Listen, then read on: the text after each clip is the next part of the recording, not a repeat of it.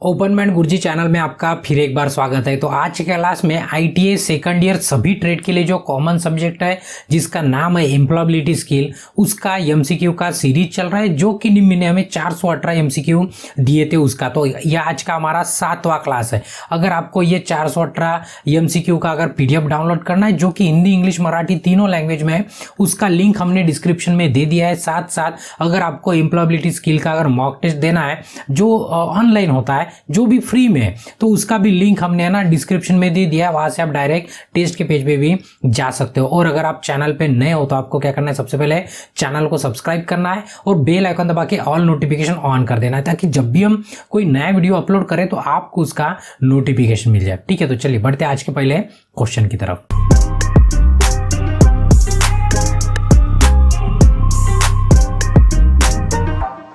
तो ये आज का 7वां क्लास है जिसमें हम डिस्कशन करने वाले हैं कम्युनिकेशन स्किल, यानी कि जो दूसरा चैप्टर है उसके एमसीक्यू हम करने वाले हैं। तो इसके पहले जो चैप्टर हो चुके हैं वो है हमारा आईटी लिटरेसी, और साथ साथ में कुछ क्लासेस कम्युनिकेशन स्किल के भी हो चुके हैं। तो उसको अगर आपको देखना है तो प्लेलिस्ट में जाके आप देख सकते हो, उसका भी लिंक हमने डिस्क्रिप्शन में दे दिया है, या तो डायरेक्ट आप चैनल के पेज पे जाके प्लेलिस्ट में आप ढूंढ सकते हो कि एम्प्लॉयबिलिटी स्किल सेकंड ईयर का है, वहां से भी आप देख सकते हो। ठीक है, तो चलिए बढ़ते क्वेश्चन की तरफ। तो इसके पहले कुछ क्वेश्चन हो चुके हैं, और अगर आप पहली बार ये चैनल पे ये वीडियो देख रहे हो तो जो आपने पीडीएफ डाउनलोड किया है ना, उसके सीरियल नंबर थोड़े से आगे पीछे है।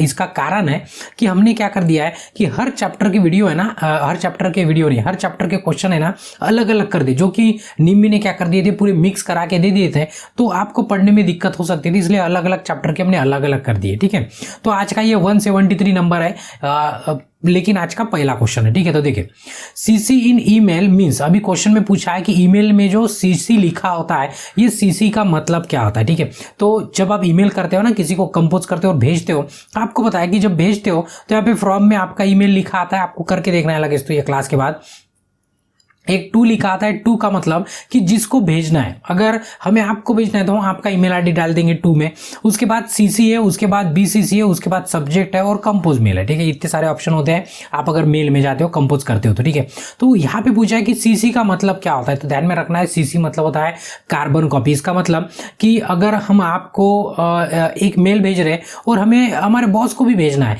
कि उसको सबूत चाहिए कि आपको मेल भेजा है करके, तो उसका ईमेल क्या कर देंगे हम सीसी में डाल देंगे, तो उसको कहते हैं कार्बन कॉपी। मतलब आपको भी मिल जाएगा उसी का कार्बन कॉपी और एक दूसरे को जाएगा, उसको कहते हैं सीसी। ठीक है, तो सीसी का मतलब क्या होता है, कार्बन कॉपी होता है, ध्यान में रखना। एक्चुअली ये आईटी का क्वेश्चन है, अभी गलती से इसमें आ गया है, उधर करने को हमें ध्यान में नहीं आओगे शायद। ठीक है, उसके बाद नेक्स्ट क्वेश्चन है बीसीसी का मतलब क्या होता है। जैसे कि ईमेल में, जैसे आप ईमेल ओपन करेंगे ना, अभी हमने दिखाया था आपको कि यहाँ पे बीसीसी का मतलब क्या होता है। तो बीसीसी मतलब ध्यान में रखना है कि जैसे हमारी कार्बन कॉपी थी ना, तो कार्बन कॉपी अगर भेजेंगे, देखो इसमें अगर ईमेल आईडी डालेंगे, किसमें, ये सीसी में ईमेल आईडी डालेंगे, तो आपको भी पता चलेगा कि हमने किसको और एक कॉपी भेजी है करके। ठीक है, बट अगर हमने ये बीसीसी में अगर डाल दिया समझो, तो इससे इसका मतलब क्या होगा कि आपको पता ही नहीं चलेगा हमने और किसको भेजा है। तो उसका मतलब होता है ब्लाइंड कार्बन कॉपी। ब्लाइंड मतलब क्या होता है, अंधेरा होता है, अंधेरा, या तो जिसको नहीं दिखता ना उसको ब्लाइंड कहते हैं। तो ब्लाइंड कार्बन कॉपी जो आपको नहीं पता चलेगी कि हमने किसको भेजी है। तो बीसीसी का मतलब होता है ब्लाइंड कार्बन कॉपी। इसको हिंदी में ध्यान में नहीं रखना है, इंग्लिश में ही ध्यान में रखना है। ठीक है, चलो नेक्स्ट है उसके बाद When you send resume through email, अगर आप क्या करते हो, ईमेल भेजते हो, ईमेल के माध्यम से आपका बायोडाटा भेजते हो, जैसे रिज्यूम, जॉब के लिए आप रिज्यूम भेज रहे, बट आप ईमेल से भेज रहे हो, तो भेजते वक्त आप इसे के रूप में भेजते, तो आप भेजते तो कैसे भेजते हैं कि टाइप करके भेजेंगे, कि अगर फाइल है आपके पास तो टाइप करके भेजेंगे कि फाइल बाद में भेजेंगे, मतलब उसको क्या कहेंगे, एक्चुअली वर्ड क्या होता है टेक्निकल में आपको पता होगा। इस तरह से एक पिन जैसे ऑप्शन दिखता है, ये दिखता है आपको इस तरह से, तो ये क्या होता है, इसको अटैचमेंट कहते हैं। क्या कहते हैं उसको, अटैचमेंट, यानी कि वहां पे क्लिक करेंगे तो आप वीडियो, इमेज, ऑडियो, ऐसे मीडिया फाइल भेज सकते हो या तो डॉक्यूमेंट भेज सकते हो। वहां पे अटैच पे क्लिक करके, तो उसको अटैचमेंट कहा जाता है। अगर आप रिज्यूम भेजते हो तो आपको डायरेक्ट यहाँ पे क्लिक करके आपका रिज्यूम यहाँ पे अटैच करना पड़ेगा, तभी जाके वो मेल में आगे वाले को मिलने वाला है। तो उसी को क्या बोलते पूछा है, तो उसको क्या कहते हैं, अटैचमेंट। कैसे क्या कहते हैं, अटैचमेंट। तो ध्यान में रखना है ड्राइवर भी नहीं है, मार्क टेस्ट भी नहीं है, कुकीज एडवर्टाइज भी नहीं है, उसको कहते हैं अटैचमेंट ध्यान में रखना, जिसे सेंड कर देना जब तक अटैच नहीं करेंगे ना तब तक वो मेल में नहीं आएगा आपका रिज्यूम। क्यों? तो आपको रिज्यूम को क्या करना है, एक फाइल है जिसको भेजना है, तो उसको जब पकड़ेंगे रखेंगे तभी हो जाएंगे ना, नहीं तो आपके डिवाइस में रह के हो जाएंगे नहीं किसी के पास, ठीक है। उसके बाद नेक्स्ट है, अभी हमारा कम्युनिकेशन चल रहा था, अभी 2-3 क्वेश्चन आईटी के आ गए थे बीच में, तो कोई दिक्कत नहीं, ठीक है। When your classmate is giving suggestion on your performance you are receiving, यानी कि आपके क्लासमेट क्या कर रहे हैं, जब आपका सहपाठी यानी कि आपका जो क्लासमेट है जो आपके साथ पढ़ता है आपके प्रदर्शन पर सुझाव दे रहा है, यानी कि वो क्या कर रहा है, आप डांस कर रहे हो या तो पढ़ाई कर रहे हो, तो आपका जो परफॉर्मेंस चल रहा है उसके बारे में वो आपको क्या हो रहा है, बता रहा है आपको उसके बारे में कि आपका परफॉर्मेंस किस तरह से चल रहा है, तो उसे क्या कहेंगे ये पूछा है, तो उसको क्या कहेंगे, फीडबैक या तो प्रतिक्रिया कहेंगे, ठीक है। इसके बारे में हमने बहुत सारे डिस्कस किया। अभी जैसे आगे आगे जाएंगे ना बहुत से क्वेश्चन भी रिपीट हो जाएंगे, मतलब आपको ईजी लगेगा। अभी जब आपका दोस्त बोलता है अरे नहीं ये ऐसे ऐसे हुआ, या तो तू नाच रहा था तो ये ऐसे ऐसे स्टेप में थोड़ा बदलाव हो रहा था, ये क्या है, एक फीडबैक है। आप पढ़ते हो थोड़े से 2 मार्क्स कम आए तो उसके बारे में तुमने ये गलत कर दिया वो कर दिया, ये भी क्या हो गया, एक तरह का फीडबैक भी हो गया, ठीक है। तो वही पूछा है कि आपके सहयोगी अगर आपको आपके परफॉर्मेंस के बारे में बताते तो उसको क्या कहेंगे, तो उसको हम क्या कहेंगे, फीडबैक कहेंगे। तो इसलिए इसका सी ऑप्शन क्या है, बिल्कुल सही है, ठीक है। चलो, what help us to maintain the balance between the mental and physical activity।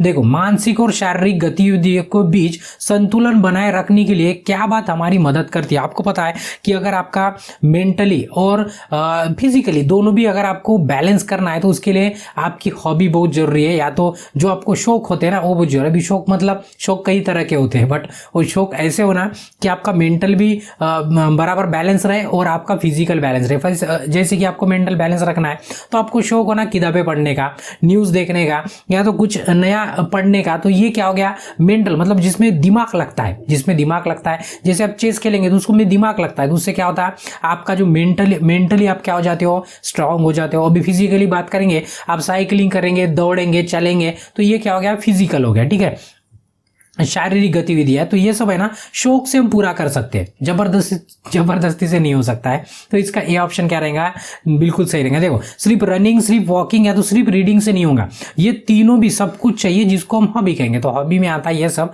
तो ये पूरी की पूरी हॉबी चाहिए, तब जाके आपका दिमाग भी काम करेगा अच्छे से और आपका शरीर भी आपका साथ देगा, ठीक है। उसके बाद spoken communication is usually not only, देखो स्पोकन कम्युनिकेशन मतलब जो बातचीत होती है वो नॉट ओनली मतलब क्या है और क्या नहीं है ऐसे पूछा है, केवल उसको हम वर्बल या नहीं कह सकते, उसको नॉन वर्बल भी कहना पड़ेगा। क्यों? तो आपको पता है कम्युनिकेशन मतलब सिर्फ नॉन वर्बल नहीं होता है, वो क्या होता है, not only verbal but also known verbal, यानी कि वर्बल भी होता है और साथ साथ में क्या होता है, नॉन वर्बल भी होता है। ये सब हमने पहले डिस्कस कर दिया है, ठीक है। तो इसलिए इसका बी आंसर क्या रहेगा, बिल्कुल सही रहेगा। उसके बाद the immediate surrounding to the place you live in the is called as, मतलब आप जिस स्थान पे रहते हो और उसके आसपास की परिवेश, या तो आप जिस जगह पे रह रहे और जो आपके अड़ोस पड़ोस का जो एरिया है उसको वही अड़ोस पड़ोसी कहते हैं, मतलब नेबर कहते हैं उसको, क्या कहते हैं, नेबरहुड कहते हैं उसको, अड़ोस पड़ोस कहते हैं। जहाँ पे आप रहते हो ना आजू बाजू वाले लोग, मतलब उसको क्या कहेंगे, पड़ोसी या तो अड़ोस पड़ोस कहते हैं उसको, तो नेबरहुड उसका क्या है, ऑप्शन है, ठीक है। तो क्वेश्चन में वही पूछा था कि आपके आसपास अगल बगल में जो है उनको क्या कहेंगे, तो उसको नेबरहुड कहेंगे या तो पड़ोसी भी बोल सकते हैं आप उसको, ठीक है। उसका डी ऑप्शन क्या है, बिल्कुल सही है। चलो नेक्स्ट है उसके बाद the condition in place that the affect the behavior and development of the somebody's or something is called, किसी स्थान की स्थितियां जो किसी व्यक्ति या वस्तु के व्यवहार और विकास को प्रभावित करती है। अगर आपको पता है कि अगर आप जहाँ पे रहते हो, मतलब जो एरिया में रहते हो वो एरिया कैसा है उसके ऊपर डिपेंड करता है कि आप कैसे बनेंगे, या तो आपके दोस्त कैसे, इसका मतलब कि आपका एनवायरनमेंट कैसा है। अभी एनवायरनमेंट मतलब सिर्फ झाड़ पत्तियां जंगल ये सब एनवायरनमेंट में नहीं आता, हम भी एनवायरनमेंट में आते, हमारे साथी लोग भी एनवायरनमेंट में आते। तो अगर आप अच्छे एनवायरनमेंट में हो तो कोई स्टूडेंट का देख लो या तो कोई बच्चे का देख लो तो अच्छा बन जाता है, और बुरे में रहेगा ना, बुरा एनवायरनमेंट में तो वो क्या हो जाता है, बुरा बन जाता है। तो क्वेश्चन में वही पूछा है कि उसको क्या कहेंगे कि जिसके कारण किसी के व्यवहार में या तो विकास में क्या हो सकता है, परिवर्तन हो सकता है, या तो उसके ऊपर प्रभाव हो सकता है। किसका हो सकता है, एनवायरमेंट, या तो जिसको वातावरण कहेंगे उसका प्रभाव होता है। वातावरण मतलब वही वो ठंडी गर्मी वाला ही वातावरण नहीं होता है, वो बाकी का भी एनवायरमेंट होता है। तो इसका बी ऑप्शन क्या है, बिल्कुल सही है। उसके बाद which kind of person are with very good behavior achievement and lead are example of, जैसे किस तरह के व्यक्ति बहुत अच्छे व्यवहार, उपलब्धियों और नेतृत्व के उदाहरण है। जैसे आपको पता होगा कि हर किसी का एक आइडियल होता है, हर किसी का क्या होता है, एक आइडियल होता है जिसको हम किसी को एक रोल मॉडल मानते हैं, यानी कि आइडियल मानते हैं।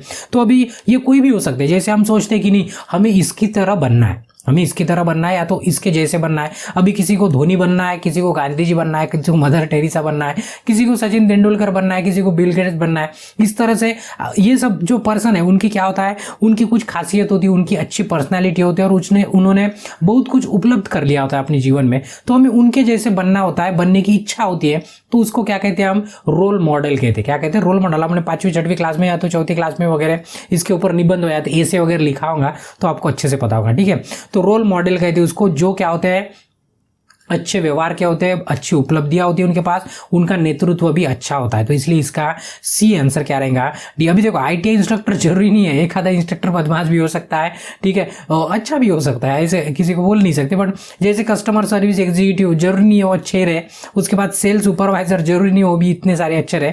बट जो हमारे रोल मॉडल होते हैं, जिसके जैसे हमें लगता है कि इनके जैसे बनना है, उनमें बहुत सारी खूबी होती है। ठीक है, तो इसको रोल मॉडल कहा जाता है। तो इसका सी ऑप्शन क्या बिल्कुल सही है। ठीक है, which one is not a adventure. अभी देखो एडवेंचर का अर्थ क्या होता है कि एक साहसी कार्य, यानी कि साहस यानी जिसमें खतरा हो सकता है ना, उसको एडवेंचर कहते हैं। क्या कहते हैं, एडवेंचर। अभी एडवेंचर वाली मूवी देखी होंगी, उसमें ना मतलब रास्ते रास्ते पे पर जैसे स्टेप रखेंगे वो खतरा दिखाते जाते हैं, उसको एडवेंचर मूवी कहा जाता है। उसी तरह से अपने जीवन में भी कुछ काम एडवेंचर वाले होते हैं, जैसे कि क्लिम्बिंग माउंटेन, पहाड़ पर चढ़ना, जैसे चढ़ेंगे तो थोड़ा सा रिस्क है, गिर गए तो फिर गेम हो जाएगा अपना। उसके बाद ट्रैकिंग, ये ट्रैकिंग यानी कि ये भी मतलब बहुत दूर तक चले जाना, जंगल में कहीं पे घूमने चले जाना, उसको भी ट्रैकिंग कहते हैं। सर्फिंग मतलब जैसे समुद्र के लाटों के साथ वो बहते हैं ना, उनको सर्फिंग कहते हैं। ये भी खतरनाक है, अगर घुस गए पानी में तो वापस आने का फिर चांस बहुत कम होता है। बट ये जो ड्राइविंग है ना, ये कोई भी कर लेता है, तो इसमें उतना खतरा होता है बट उतना नहीं होता है जितना ये तीनों में। तो ये नॉट पूछा था कौन सा एडवेंचर नहीं है, तो ये ड्राइविंग क्या है हमारा, एडवेंचर नहीं होता है, ये नॉर्मल में आता है। ठीक है, तो इसलिए इसका डी आंसर क्या बिल्कुल सही है। चलो नेक्स्ट है उसके बाद ट्रैवलिंग इन द सी। ठीक है, सी में यानी कि आप क्या कर रहे हो, समुद्र में से यात्रा कर रहे हो, उसको क्या कर रहे हो। अभी रोड से करेंगे तो उसको अलग कहेंगे, समुद्र से जाएंगे तो उसको अलग कहेंगे। तो उसको क्या कहते हैं, जल यात्रा कहते हैं। क्या कहते हैं, जल यात्रा। अगर आप समुद्र में से जाते हो, ठीक है, अभी बोटिंग नहीं कहेंगे, बोटिंग यानी कि ऐसे ही थोड़ा सा घूम के आते हैं, उसको बोटिंग कहते हैं।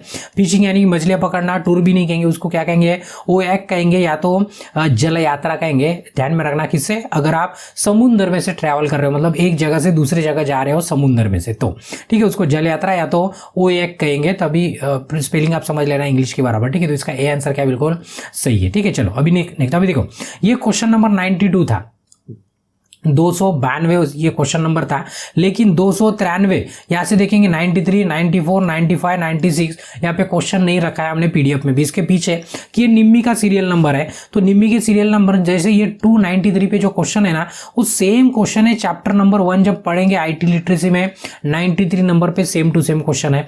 उसके बाद 94 नंबर का जो क्वेश्चन है वो कम्युनिकेशन, यानी कि इसी चैप्टर में आप देखेंगे ना 98 नंबर पे जाके देखेंगे ना, सेम 294 यानी कि जो 418 वाली जो निम्मी ने एमसीक्यू की पीडीएफ दी है ना, उसमें जाके देखेंगे तो ये 294 वाला और ये 294 और ये 98 वाला दोनों क्या है, सेम है। ये 99 और 295 सेम है, 105 और 296 ये चारों के चारों है ना, ये दूसरे के साथ सेम टू सेम है। तो अभी डबल पढ़ने का कोई मतलब नहीं बनता है, तो इसलिए इसको हमने क्या कर दिया, डायरेक्ट शिफ्ट ही कर दिया, इसको उसकी जगह पे बराबर भेज दिया। मतलब ये तीनों इसी चैप्टर के, और ये पहला वाला है ना, ये पहले वाले चैप्टर में भेज दिया उसको। क्यों, तो जहाँ का क्वेश्चन है वहाँ पे ठीक रहेगा। ठीक है, चलिए आगे। उसके बाद communication play a very important role. Communication एक वेरी इंपॉर्टेंट रोल प्ले करता है। कहाँ पे इंपॉर्टेंट रोल प्ले करता है, इसके पहले भी है ना सेम टू सेम क्वेश्चन आ चुका है। उसमें अगर आपको पता होगा कि हमारे पर्सनल और प्रोफेशनल दोनों भी लाइफ में है ना ये इफेक्ट करता है। पर्सनल यानी कि हमारी व्यक्तिगत जो लाइफ है उसमें भी कम्युनिकेशन बहुत जरूरी है। क्यों,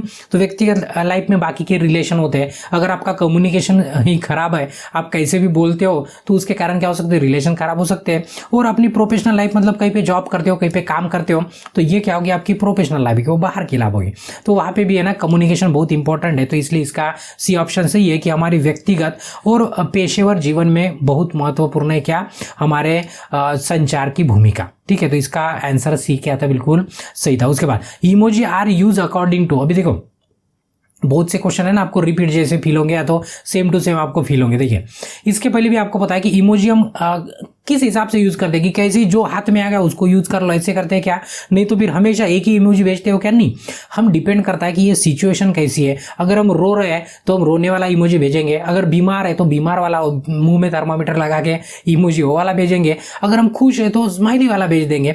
तो ये डिपेंड करता है कि हमारा मूड कैसे चल रहा है, या तो सिचुएशन यानी कि हमारी मनोदशा और स्थितियां के हिसाब से हम क्या करते हैं, इमोजी को सिलेक्ट करते हैं। तो इसलिए इसका सी आंसर क्या रहेगा, बिल्कुल सही रहेगा। ठीक है, चलो नेक्स्ट है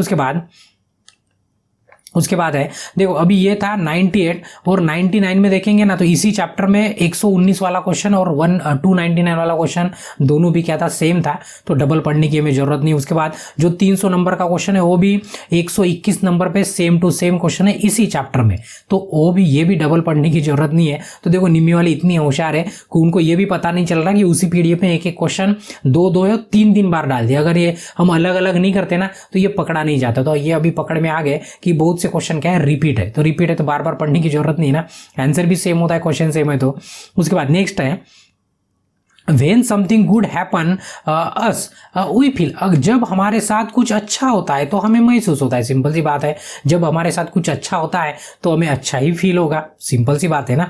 तो देखेंगे इरिटेट तो नहीं होंगे, एंग्री भी नहीं होंगे, निगेटिव इमोशन भी नहीं आएंगे हमें, मतलब गुस्सा भी नहीं आएगा, क्रोध भी नहीं आएगा, बट पॉजिटिव इमोशन और हैप्पीनेस हमें फील होगा, यानी कि खुशी और सकारात्मक भावना आएगी हमारे इसमें अगर कुछ अच्छा होता है। तो अगर बुरा होता है तो बाकी के ऑप्शन हो सकते हैं आपके साथ, तो ये डी वाला आंसर क्या था, इसका बिल्कुल सही था। चलो नेक्स्ट है उसके बाद, what is the process of formally introduce one self is called, यानी कि औपचारिक रूप में आप परिचय देने की प्रक्रिया को क्या कहते हैं। आपको पता है उसको सेल्फ इंट्रोडक्शन है कि आत्म परिचय कहते हैं। इसके बारे में भी है ना, इसके पहले हमने डिस्कस किया है, तो इसको अभी ज्यादा डिस्कस करने की जरूरत नहीं है।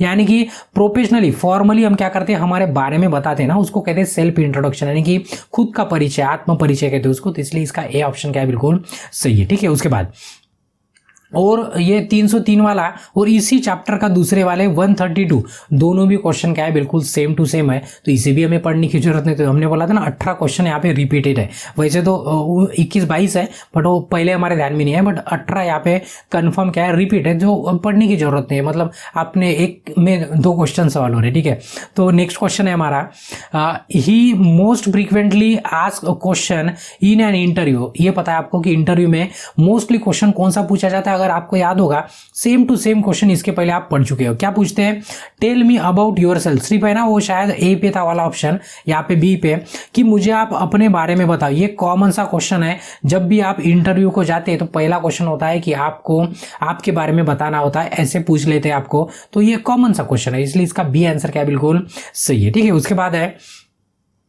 Things one must not follow while attending an interview include. अभी यहाँ पे पूछा है कि मस्ट नॉट फॉलो मतलब आपको क्या नहीं करना है जब आपका इंटरव्यू चलते रहता है। देखो, एक साक्षात्कार में भाग लेने के दौरान जिन बातों का पालन ना करें, मतलब क्या नहीं करना है ये पूछा है। देखो, बीइंग कॉन्फिडेंट, बिल्कुल ये तो रहना है, ये तो करना है। क्या नहीं करना है ये पूछा है। गिव फर्म हैंडशेक, हैंडशेक भी कर सकते हो आप, ये भी कर सकते हो, अच्छी बात है, बट क्या नहीं करना ये पूछा है। ग्रेट एंड थैंक फॉर्मली, ये भी करना है, बट पूछा है हमें क्या नहीं करना है। वहां पे जोर जोर से हंसना नहीं है।